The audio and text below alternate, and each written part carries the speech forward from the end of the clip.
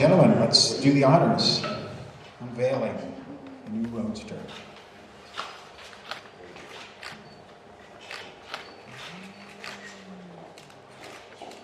A true rider's motorcycle, as Ben said in that video. Starting with the front, end, you've got this 43mm upside-down fork and all new triple clamps, and this beautiful 19-inch front wheel and clipped fender. It's got a very purposeful look as well as outstanding performance. This bike is light, it's nimble, and it's very flickable. And you'll get a chance to experience that on the roads around Marseille and to Saint-Tropez. It's a really fun bike to ride. The riding position puts you in a pretty attack mode. Low handlebars and this new dual function speedometer tachometer kind of sits there nice and flush. Enables you to be in a good position to attack the corners as well as split lanes, which we do a lot of in city traffic here. A new seat and the longer travel rear shocks. These are the same type of shocks we just introduced on the Iron 883 and 48. So they're an emulsion style shock with the preload is adjustable. And as we mentioned, it's a little bit longer travel, so it does put the weight of the bike a little more in the nose. And you'll feel that in terms of its flickability.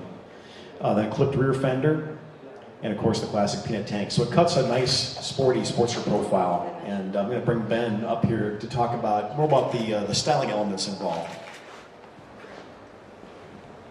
Guys, my name is Ben McKinley. I'm an industrial designer in the Harley-Davidson styling studio, and I'll tell you a little bit about the inspiration behind the Roadster. And so, of course, as you know, we've been making Sportsters for about 60 years now. It's a pretty iconic bike, and in my opinion, the best Sportsters are always kind of really stripped back, super minimal. They don't have a lot of extra bits and pieces to them, and so that's really where we wanted to go with this. It goes back to like sort of an XLR or like a KHR, sort of outlaw dirt track bike, and we kind of build from that. And so to begin with, you really want to get the stance of the bike set up right, and that meant we raised it a little bit in the back, as I said in the video we just watched, and dropped it a bit in the front. And that gives it a more level stance, which is a little more aggressive stance, a little more into the wind as opposed to laid back.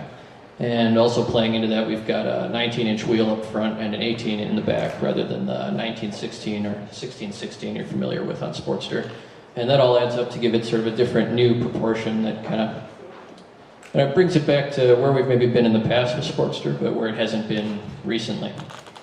And then from there, you get into the details that Paul mentioned. We've got the inverted forks, we've got the emulsion shocks in the back, and so you take sort of a classic proportion and fill it in with high-tech details, and it's all kind of comes back and it's centered around that Sportster motor. So that's sort of the formula, and I don't know that I need to tell you too much more about it, because I think you'll see what it's all about once we get on the road and ride it, and looking forward to that.